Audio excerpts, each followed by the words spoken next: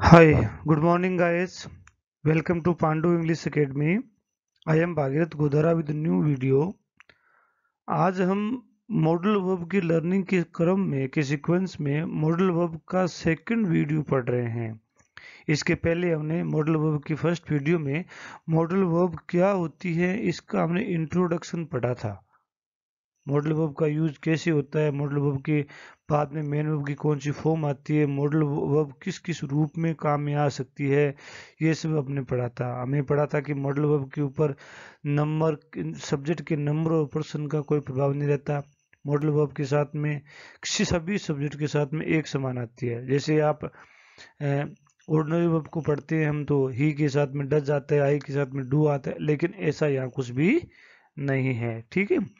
और इसके अलावा मैं आपको बता दूं कि मेरे इस चैनल पर English, history, geography, politics, psycho, इन सभी की एक बहुत ही अच्छी क्वेश्चनरी प्रश्नोत्तरी आपको मिलेगी। ऐसे क्वेश्चन आपको मिलेंगे जो अभी तक के विभिन्न तरह के एग्जाम्स में आए हुए क्वेश्चन हैं, जो आपको ये अनुभव कराने में सहायता करेंगे कि एग्जाम में क्वेश्चन किस स्तर के पूछे जाते हैं। इसके अलावा इंग्लिश ग्रामर में टेंस है, मॉडल वर्ब है, नरेशन है, एक्टिव वॉइस, पैसिव वॉइस है, सेंटेंस है, लिंकिंग डिवाइसेज जो होती है, जो लिंकिंग वर्ब जो होती है, इज, एम, आर, वोज, वर का जो डिफरेंट डिफरेंट यूज जो है वो मैंने मेरे इस वीडियो में बहुत अच्छे तरीके से बता रखा है।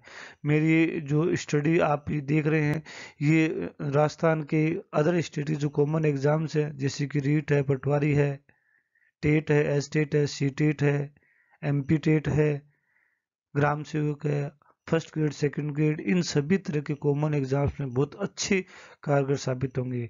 यदि आपको मेरा वीडियो अच्छा लगे तो लाइक करें, सब्सक्राइब करें, शेयर करें। वीडियो को पूरा देखना बिल्कुल नहीं भूलें।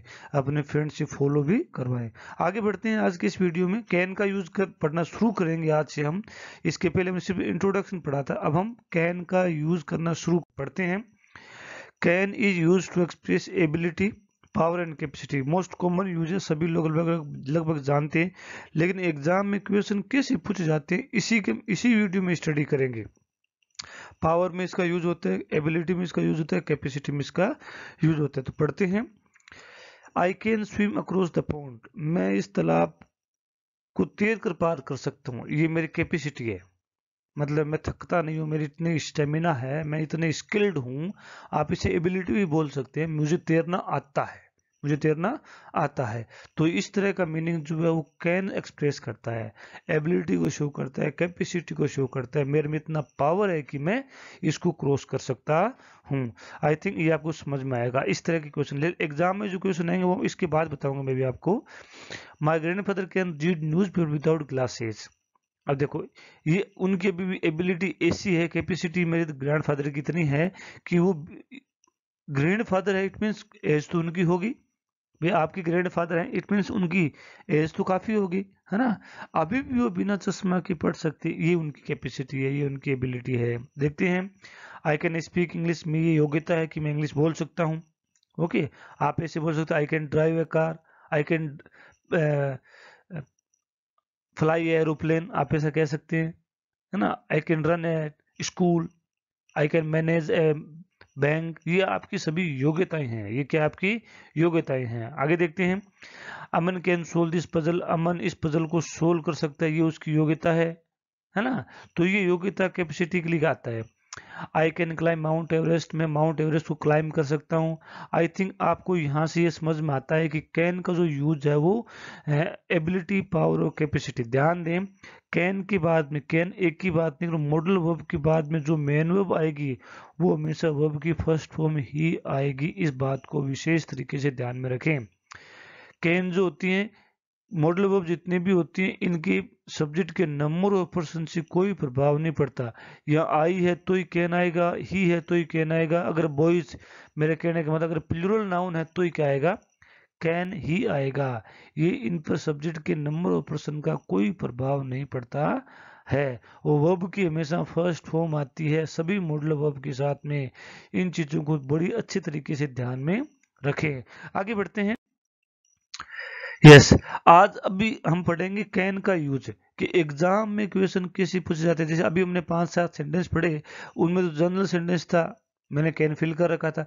लेकिन एग्जाम में सेंटेंस कैसे पूछे जाएंगे इस चीज की स्टडी हम अब करेंगे। देखते हैं, ऐसे सेंटेंस आएंगे, your father is a rich man, he days buy a bike for you. ऐसा एग्जाम में क्वेश्चन आएगा।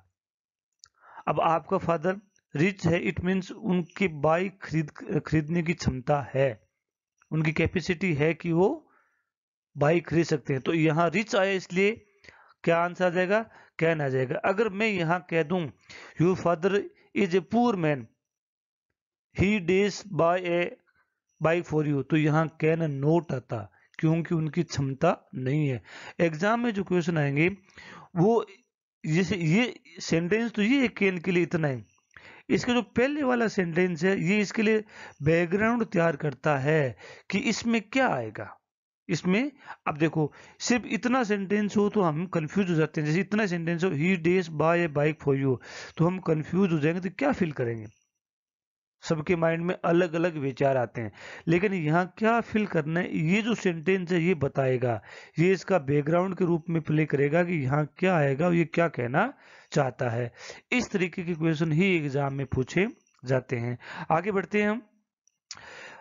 Raman is your friend, he days help you in this situation. Raman आपका फ्रेंड है, तो अगर आपका फ्रेंड है तो फिर वो क्या करेगा, कैन। यहाँ आप चाहो तो मे भी यूज कर सकते हो।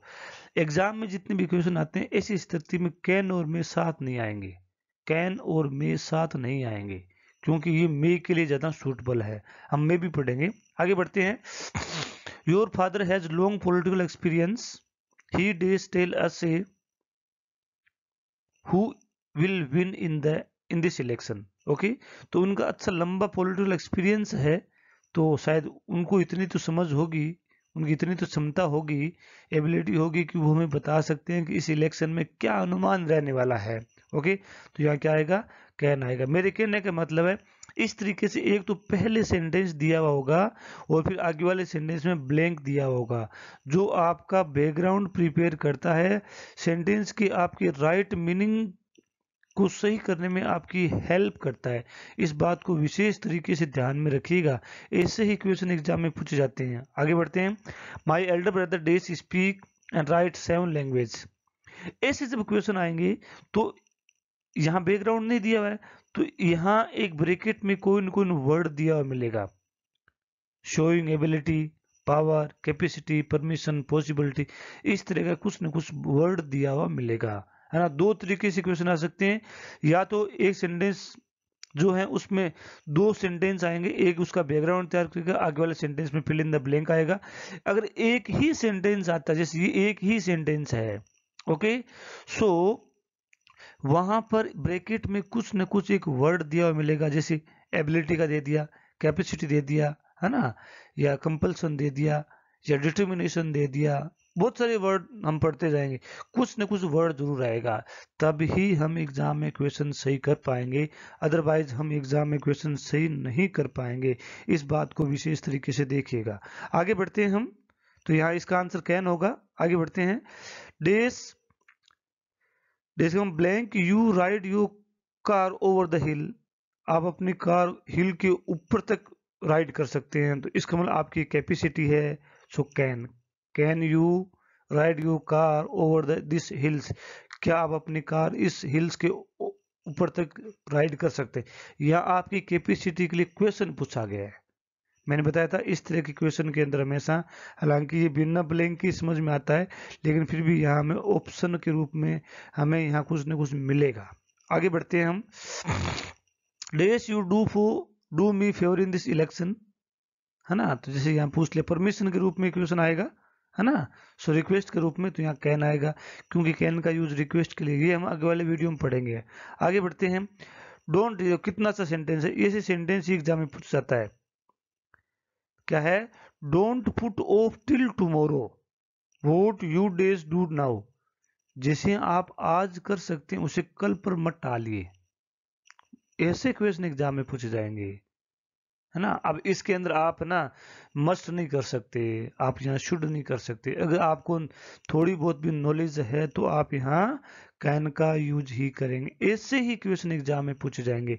एक सेंटेंस जो आपका बैकग्राउंड तैयार करेगा, इस ब्लैंक के लिए कि यहाँ क्या है, मतलब ये सेंटेंस पूछना क्या चाहता है, ऐसे क्वेश्चन पूछे जाते हैं। आगे बढ़ते हैं, मैं थोड़ा इरेज करता हूँ इसे। अगर यदि मेरा आपको वीडियो अच्छा लग रहा हो तो लाइक करें, सब्सक्राइब करें, शेयर करें, कमेंट करें, थंब अप करें, इसे शेयर भी करें, लाइक करें, सब्सक्राइब करें।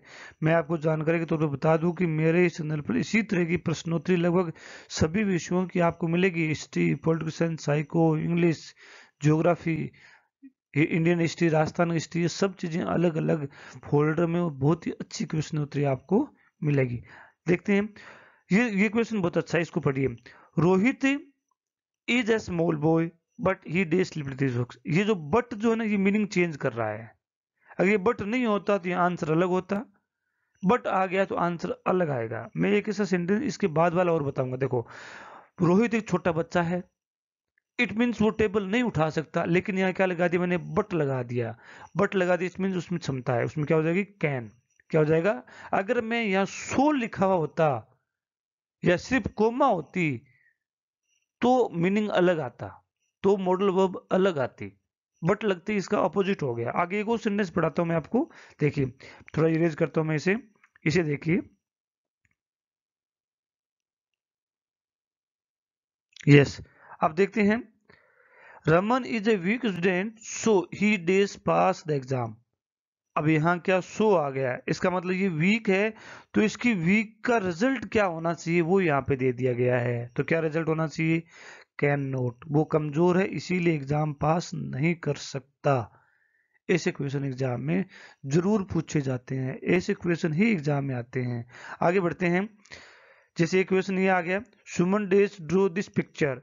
इस तरह के क्वेश्चनों में जब छोटा सेंटेंस है, एक ही सेंटेंस है, तो ब्रैकेट में वो वर्ड दिया हुआ आपको मिलेगा जो किसी एक मॉडल वर्ब को डोनेट करता है। जैसे एबिलिटी दे दिया, तो यहाँ क्या एबिलिटी, इट मीन्स यहाँ पे क्या आ जाएगा, कैन आ जाएगा।